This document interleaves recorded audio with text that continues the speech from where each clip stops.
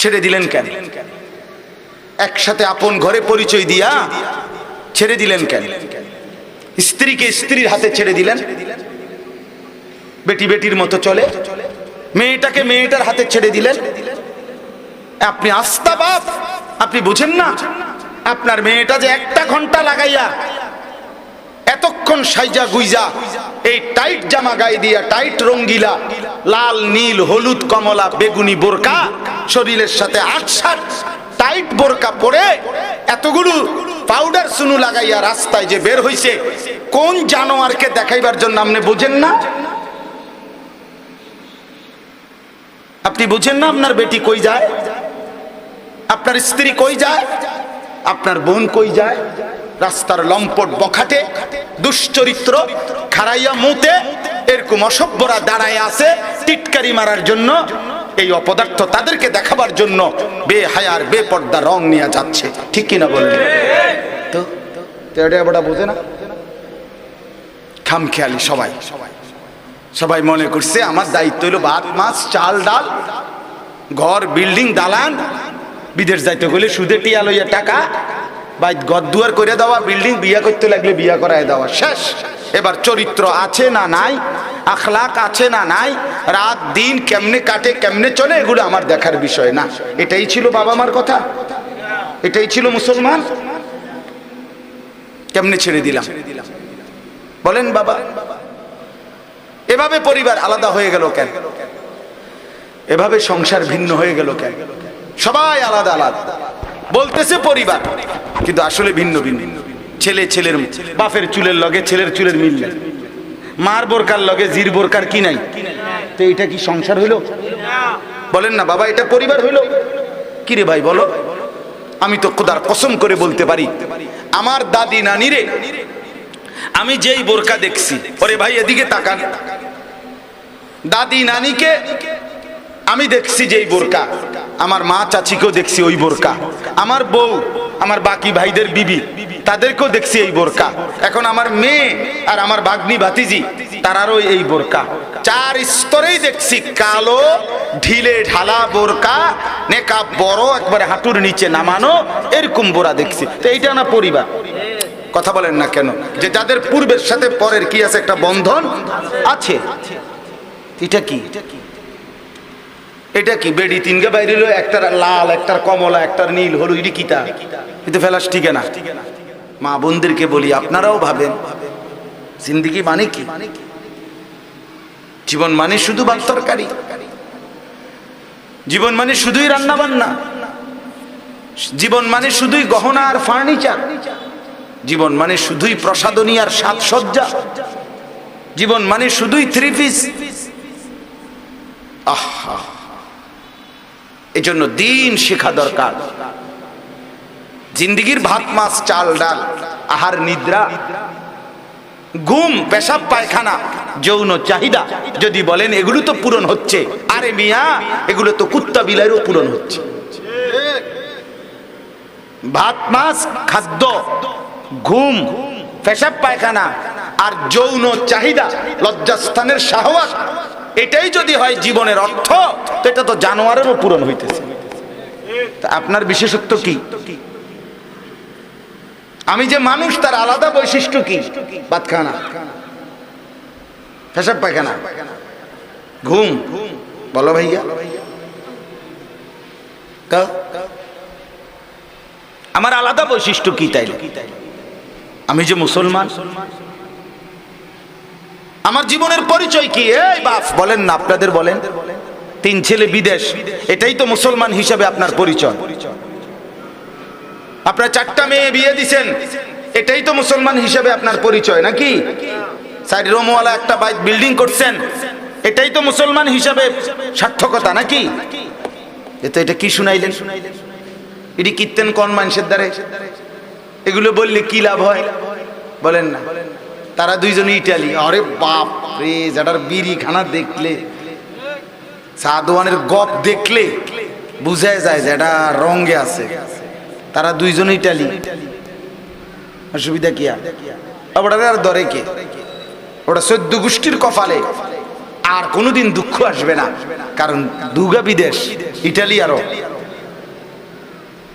আহা, হায় আফসোস, দুনিয়া বুঝলেন, আখিরাত বুঝলেন। আল্লাহ তাআলা বলেন, বান্দা হিসাবের সময় ইকতারাবা, একদম কাছায় গেছে।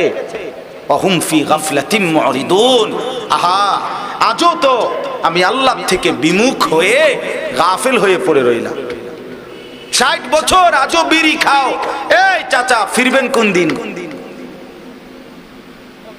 হ্যাঁ, 40 বছর 50 বছরের মহিলা, আমনে আজও বেপরদা, আমনে অন রাস্তার লগের পুকুরে গোসল করেন, মানুষে একটা যাইতে দেখে। আরে বেশরম নারী, শরম আসবে আর কোন দিন? ও বেটি, শরম আসবে কোন দিন আর? লজ্জা আসবে কোন দিন আর? হ্যাঁ, 30 বছর ধরে ঘরে, 20 বছর ধরে প্রতিদিন ছেলে মেয়ে নাতি নাতনি ফুতের বউ লইয়া রঙিন টেলিভিশনে নর্তকীর নাচ, জিনা, ব্যভিচার, নাটক, সিনেমা দেখেন। এত বড় অসভ্য নিকৃষ্ট গুনাহ আর কতদিন পরে ছাড়বেন?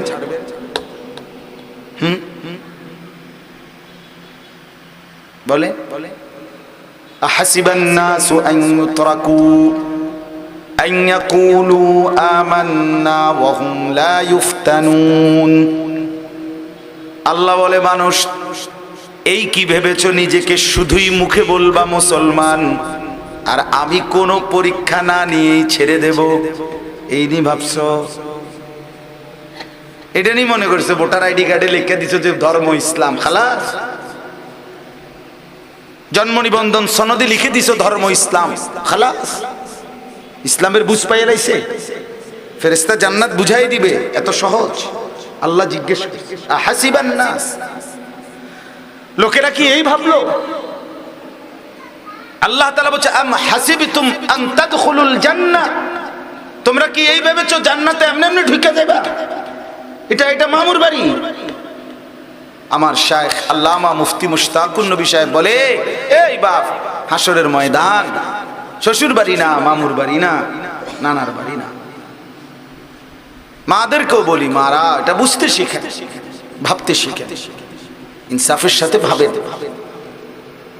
আসলে কি জিন্দেগির হিসাব কিতাব বলেন?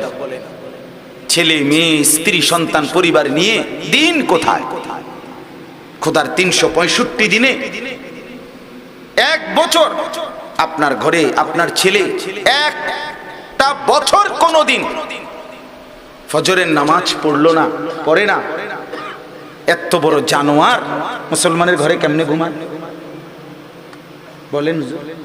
ওর মা কই, ওর বাপ কই, কোন ঘরে বড় হইতেছে?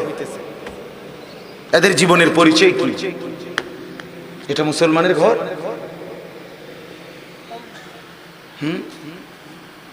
30 বছর ধরে 20 বছর ধরে ঘরে প্রতিদিন রঙিন টেলিভিশন চলে, প্রত্যেক দিন নর্তকীর নাচ, গান, জিনা, ব্যভিচার, নাটক, সিনেমা ছাড়া কোনোদিন রাত 12টা বাজে না।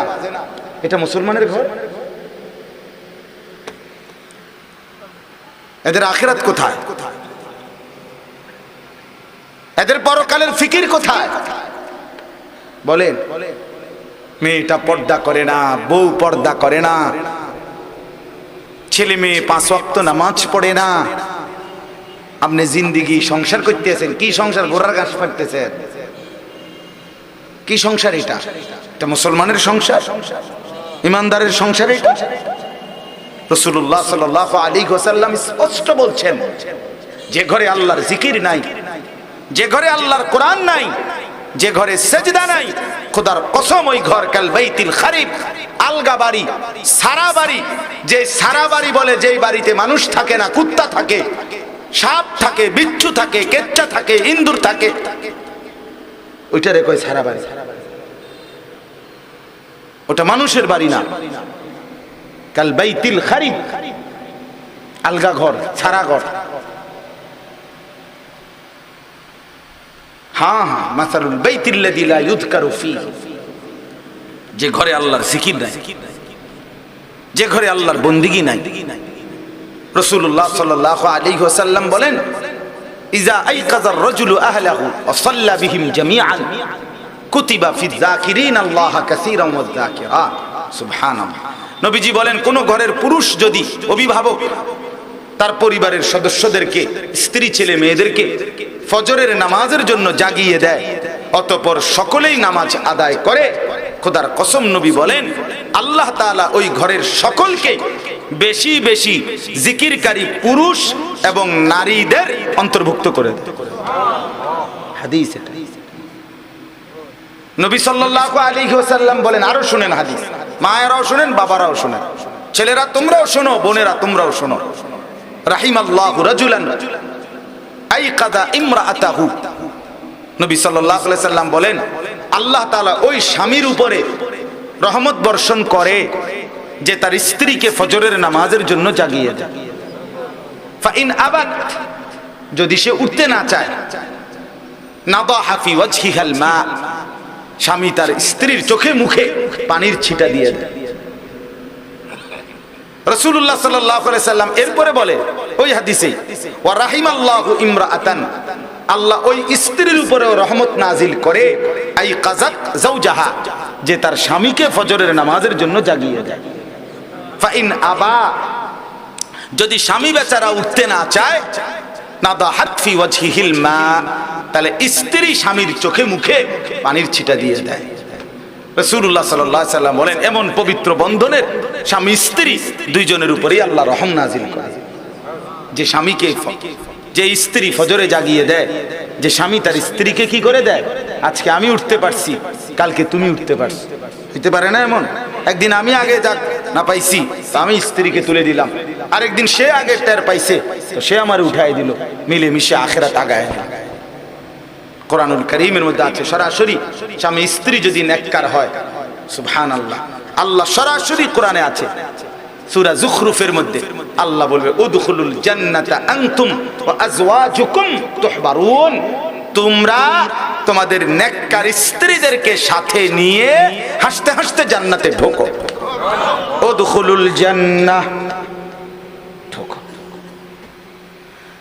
ইউতাফু আলাইহিম বিসিহাফিম মিন যাহাবিন ওয়া আকওয়াব, রব্বুল আলামিন বলেন ঢুকেই দেখবা তোমাদের সামনে স্বর্ণের থালা আর স্বর্ণের গ্লাস ঘুরতেছে। ইউতাফু, তাওয়াফ করছে। জান্নাতি স্বামী স্ত্রী তখন মনে মনে বলবে গ্লাস গড়ে, প্লেট গড়ে, নাস্তা কই, কিচ্ছু দে নাই, খালি ঘুরছে কেন? রব্বুল আলামিন বলে বান্দা ঘুরছে এই জন্য, আজকে আমি আগে দেব না, তুমি চাইবা আমি দিতে থাকবো। وفيها ما تشتهيه الأنفس, বান্দা তোমার দিলে যা চাইবে আমি তা দিতে থাকবো। বলো বান্দা, 60 বছরের দুনিয়া, বারবার তোমার মন চাইছিল অনেক কিছু, আমি বাধা দিছি বলে মনটারে জমাইছো। মন চাইছিল নারী দেখতে, মন চাইছিল হারাম টাকা কামাই করতে, মন চাইছিল কত গুনার মধ্যে ডুবে যেতে, কিন্তু আমারে ভয় করে মনটারে বাইধা রাখছো। আজকে সেই মন আমি খুলে দিলাম, এবার তোমার মনে যা চাইবে আমি আল্লাহ দিতে থাকবো। সুবহানাল্লাহ। আরো রয়েছে, আরো রয়েছে, সুবহানাল্লাহ, আরো রয়েছে। এরপরে জান্নাতি চাইবে, চাইবে দিবে আল্লাহ ফেরেশতার মাধ্যমে, কিন্তু জান্নাতি চাইবে কয়টা? বেটা জানেই বা কয়টা? তুমি জানো ফলের নাম কয়টা? কইবা নাহলে 20টা। কথার কথা, তো জান্নাতে ফল আছে 20 কোটি, তো তো বাইরি বোঝেন নাই, বাকিটি কিনবে তো এটি কি বাদ দেবো নাকি? আমি তো জানি না, না আপনি জানেন কয়টা না? তো রব্বুল আলামিন বলে লাহুম মা ইয়াশাউনা ফিহা ওয়া লাদাইনা মাজিদ, আমার বান্দা যা চাইবে তা তো দেয়াই হবে, আর এরপরে আমি আল্লাহর কাছে আরো আছে। আল্লাহ এবার ফেরেশতাকে বলবে এবার আমার গুলো দাও, ওর চাওয়া শেষ। ফেরেশতা এবার আরো দিবে, আরো দিবে, আরো দিবে, আরো দিবে, আরো দিবে, আরো দিবে, ওয়ালাদাইনা মাজিদ। রব্বুল আলামিনের হুকুমে ফেরেশতা আরো দিবে, দিতে দিতে দিতে দিতে একটা সময় জান্নাতে ফেরেশতা বলবে রব্বুল আলামিন সব দিয়েছি, আর তো কিছু নাই। রব্বুল আলামিন বলেন ওয়ালাদাইনা মাজিদ, না ফেরেশতা আমার আরো আছে। এবার ফেরেশতা বলবে আল্লাহ এবার আপনি আপনার জান্নাতি বান্দাকে কি দেবেন? রব্বুল আলামিন বলবেন আমার 70,000 নূরের পর্দা সরিয়ে দাও ফেরেশতা, আমি আমার বান্দাকে আমার দিদার দেব। এবার সে আমাকে দেখবে, দেখে নয়ন জুড়াবে। ইলা রাব্বিহা নাদিরা। হ্যাঁ, আপনারা এই ছেলেরা, নওজোয়ানরা, বাপরা, আপনারা আমগরে তো বেকুব ভাববেন না যে আমরা বুঝছি না কিছু, সবই বুঝছি আমরা। সুদে টিয়া লাগাইলে যে টিয়া বাড়ে এটা আমরা বুঝছি, এটা না বুঝনের কিচ্ছু নাই ও কাকা। বাটপারি সিটারি করলে টাকা বাড়ে এটা না বুঝার কিচ্ছু, আমরা বেকুব না, আমরা সিরা খাইয়া বড় হই নাই, ভাত খাইয়া বড় হয়েছি। কথা বলেন না কেন? আমরা যারা হুজুর আমরা কি 3 বেলা সিরা খাইয়া বড় হয়েছি নাকি? এটা আমি বুঝতাম না কেন? না বুঝার কি আছে বলেন না কেন? না বুঝার কি আছে? পাঙ্গাস তেলাপি আমনে খাইলে আমরা খাইছি না, ফুলকপি পাতাকপি আমনে খাইলে আমরা খাইছি না, আমরা ভাত চাল চিনি না। দুনিয়াতে এক তালেই বড় হইলাম আমরা, বুঝবো না কেন? কথা বলেন না কেন? এক পৃথিবীতে বড় হইছি, এক দুনিয়ার সামান খেয়ে বড় হইছি, তো আমরা বুঝবো না কেন? আরে বন্ধু বুঝি তো সবই, সবই মাওলানা বুঝে, ইমাম সাহেব সবই বুঝে, মুয়াজ্জিন সবই বুঝে, মাদ্রাসার উস্তাদ সবই বুঝে, সাথে একটু বেশি বুঝে, সেটা হলো আমাকে আখিরাতে দাঁড়াইতে হবে, আল্লাহর মুখোমুখি হইতে হবে। এই জন্য হাজারো হারাম দুনিয়া ছেড়ে দেয়, বুঝে বলেই ছেড়ে দেয়। অপেক্ষায় আছে আখিরাত,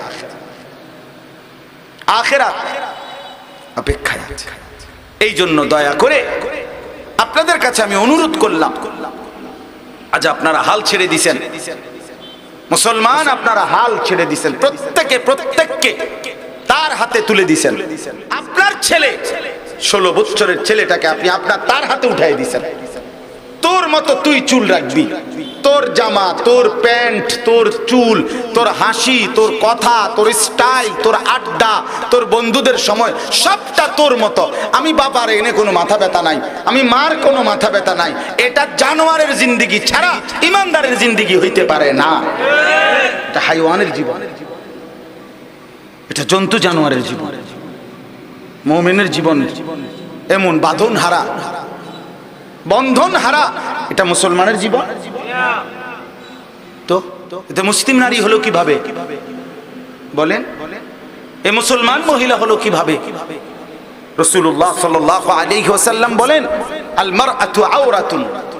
মা বোন মনে রাখবেন, আপনাদেরকে বললাম, নবী সাল্লাল্লাহু আলাইহি সাল্লাম বলছেন আল মারআতু আওরাতুন।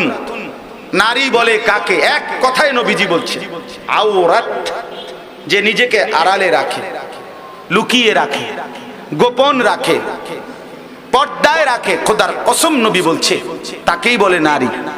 তাহলে নারী মানেই পর্দায় আবৃত, নারী মানেই আড়ালে, নারী মানেই গোপনে, নারী মানেই লুকিয়ে, নারী মানে আওরাত। অতএব যেই নারীর পর্দা নাই, যেই নারীর ভিতরে পর্দা নাই, নিজেকে আড়াল রাখার মানসিকতা নাই, এরকম বেহায়া বেপর্দা মহিলা সে নারী না, সে অন্য কিছু, সে অন্য কিছু। ইসলাম তার প্রত্যেকটা একেবারে মনে করেন বিষয়টা এরকম, একজন মহিলার ওযু, গোসল, নামাজ, রোজা, হজ, যাকাত, উমরা, ঈদ, কোরবানি, তাহাজ্জুদ, আওয়াবিন, ইশরাক, তেলাওয়াত, জিকির, তাসবিহ, স্বামীর খেদমত, যা কিছু আছে শরীয়তের বিধান, খোদার কসম প্রত্যেকটার মধ্যে আগে সামনে রাখছে যে পর্দা, এরপরে এইটারে ঠিক রাখা বিধান মিলাইছে। হিসাবটা বুঝছেন না? আগে সামনে ছিল কি? পর্দা, এরপরে কি মিলাইছে? বিধান মিলাইছে। মনে করেন কথার কথা একটা উদাহরণ দেই, এখন হজ্জের মৌসুম দেখে উদাহরণ দিচ্ছি। সাফা মারওয়ায় হজ্জের মধ্যে গিয়া সাফা মারওয়া পাহাড়ে কি করতে হয়? হাঁটতে হয়। তো মাঝখানে একটা জায়গাতে দৌড়তে হয় একটু অংশ। এটা হাজেরা আলাইহিস সালাম, ইসমাইলের মা, তিনি দৌড়াইছিলেন ওই সময়, ওই জামানায়। তো দৌড়াইছেন যিনি, আজ থেকে বহু আগে তিনি কি ছিলেন, পুরুষ না মহিলা? মহিলা।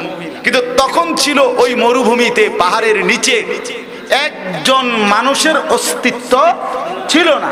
এজন্য উনি সন্তানের মহব্বতে পানির তালাশে ওইটুকু জায়গা দেখা যায় না দেখা ছেলেটাকে দৌড়াইছেন নাকি। এখন এইটাই শরীয়তের এখন হজ্জের মধ্যে বিধান, যে ওই পাহাড় দুইটার এই পাশ থেকে ওই পাশে 7 বার কি করতে হয়, হাঁটতে হয়, আর এইটুকু জায়গা দৌড়াইতে হয়। কিন্তু দৌড়াইতে হয় পুরুষরা, দৌড়াইতে হয় কারা? মহিলাদের জন্য বিধান হইল এখনো এটাই বিধান যে স্বাভাবিকভাবে হাইটা যাবে, মহিলা এক সুতা দৌড়াইতে পারত না, এটা নিষেধ সম্পূর্ণ। মা কি ঘটনা কি তাহলে? প্রথম যার স্মরণে এটা শুরু হইল এটা তো ছিল মহিলা, তাহলে দৌড়াইলে বেড়িতে না দৌড়াইব? কথা বুঝছো না? বেড়াই কি লেগে দৌড়াবো, কিন্তু অথচ এখন বিধান কে দৌড়াবে? পুরুষ দৌড়াবে। তো এমন হইল কেন? কারণ এখন আইসা এই অগণিত পুরুষ নারী যে এখানে দৌড়ায়, এখানে নারী দৌড়াইলে তার পর্দার কি হবে? খেলাফ হবে। এই জন্য আগে পর্দা তারপরে বিধান। একটা উদাহরণ দিলাম, ইসলাম এভাবে নারীকে পর্দায়, অর্থাৎ নারী মানেই পর্দা, পর্দা মানেই নারী, এটাকে সামনে রাখা। মহিলাদের জন্য আজান, আজান দেয় না কেন? অথচ প্রত্যেক মানুষ মুয়াজ্জিন রাখার ক্ষেত্রে গলার কণ্ঠ একটু সুন্দর হোক, আজানটা শোনা সুন্দর শোনা যাক, এটা কি চায় না সবাই? তো তাইলে তো এক্ষেত্রে সবচেয়ে উত্তম ছিল মহিলা। মহিলার কণ্ঠটা সুন্দর বেশি, মহিলাদের গলার কণ্ঠ চিকন না বেশি, সুন্দর বেশি না, তাহলে আজানগুলো তো কারে দেওয়া উচিত? মহিলার। তো কেন? তার পর্দা, তার কি বলেন না কেন? তাহলে কোনো কিছুতেই একজন নারীকে পর্দা বাদ দিয়ে তার কোনো বিধান নাই, কিচ্ছু নাই, পর্দা ছাড়া কোনো। নামাজের মধ্যে প্রথম কাতার সবচেয়ে ফজিলত বেশি কিনা? কথা বলেন না? তো বেডি কেন দাঁড়াবে না? মহিলাও তো জান্নাতে যাইতে চায়, পর্দা, ঠিক কিনা বলেন না কেন? মুসল্লির চাইতে ইমামের মর্যাদা বেশি না? কথা বলেন না কেন? তো মহিলা কেন ইমামতি করবে না? পর্দা, পর্দা। তাহলে সকল কিছুতে লাব্বাইক, এই যে হাজিরা পড়ে লাব্বাইক আল্লাহুম্মা লাব্বাইক লাব্বাইক লা শারীকা লাক লাব্বাইক ইন্নাল হামদা ওয়ান নি'মাতা লাক ওয়াল মুলক লা শারীকা লাক। আমার বুধবারে ফ্লাইট, আল্লাহ যেন তৌফিক দেয়, দোয়া এই জন্য পড়ে লাইলাম, আল্লাহ কবুল করেন। হ্যাঁ চলেন, তো বলতেছিলাম যে লাব্বাইকের ফজিলত কি? রাসূলুল্লাহ সাল্লাল্লাহু আলাইহি সাল্লাম বলছেন, কোন বান্দা যখন লাব্বাইক বলে তখন এই আওয়াজ যতটুকু দূরে যায় অতটুকুর সমস্ত কিছু জড় পদার্থ, জীব, শুকনা ভিজা, সব ওই ব্যক্তির সাথে এই লাব্বাইক পড়ে আর মাগফিরাতের দোয়া করে। সুবহানাল্লাহ।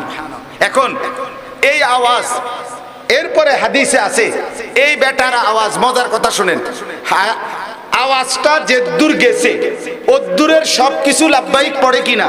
তো এবার ওই মুকাব্বিরের মতো ইমাম সাহেব তাকবীর দিলে মুকাব্বির যখন বলে একজন, মনে করেন এই কাতারে, তো উনাদের শুনবার লাগলো, আবার ওই এই কাতারের আরেকজন কয় লম্বা হইলে, তাহলে এটা ছড়ায় কিনা এভাবে? তো নিয়ম হইল আমি তালবিয়া পড়লে আমারটা যে দূর গেছে এর দূরের সবকিছু পড়লো, এবার এদের থেকে শূন্য, এরপরে আবার একটা দূরত্বে ওরা পড়লো, এবার ওদের থেকে শূন্য, এরপরের ওয়ালারা পড়লো, এভাবে পৃথিবীর শেষ প্রান্ত পর্যন্ত লাব্বাইকের আওয়াজ উঠতে থাকে। কসম আল্লাহর, এটা হাদিস। এখন কত বড় ফজিলত! এখন এখন অথচ শরীয়তের বিধান হইল এই লাব্বাইক মহিলারা যখন হজে যাবে, উমরায় যাবে, মহিলারা কোনোভাবে আওয়াজ করে পড়তে পারবে না। কেন পারবে না? বলেন না কেন? কেন পারবে না? তাইলে তোমার ফজিলত তোমার এক পর্দার ভিতরেই, যেখানে যে ঘাটতি সবে আল্লাহ বলছে পর্দার ভিতরে দিয়ে দেবো। তোমার বেড়ইতে অন্যভাবে আমল করে যার নিবে, তোমারে তোমার পর্দার কারণে আমি আল্লাহ সমস্ত ঘাটতি পুরাইয়া বরাবর নেকি দিয়ে এক জান্নাতেই ঢুকাইয়া দেবো একসাথে, কমতি নাই। হাসরের ময়দানে দেখবা কমতি নাই। এই জন্য আমি অনুরোধ করছি আপনাদের কাছে, আজকে যেই মা বোনরা এসেছে আপনাদেরই মা বোন, কারো মা, কারো বোন, কারো চাচি, কারো বিবি, কারো আত্মীয়া, দয়া করে তাদের উপরে রহম করেন। প্রত্যেক পুরুষের দায়িত্ব, প্রত্যেক স্বামীর দায়িত্ব স্ত্রীকে দ্বীনের কথা বলা। তাই বেডির মতো চলুক, আমি কইতারি রইতাম, এই সমস্ত কথাগুলো হইতো না। এটি সাদওয়ানের কথাগুলো হইতো না। হাসরের মাঠ কোনো সাদওয়ান না, কথা বলেন না কেন? হাসরের মাঠ সাদও কান? আপনি এনে বই বই ফাগলামি করবেন? হ্যাঁ, খামখেয়ালি এটা। হাসরের মাঠ গিয়ে মেম্বার চেয়ারম্যানের মেল মিটিং, আপনি এনে বইবে লম্বা লম্বা গপ মারবেন।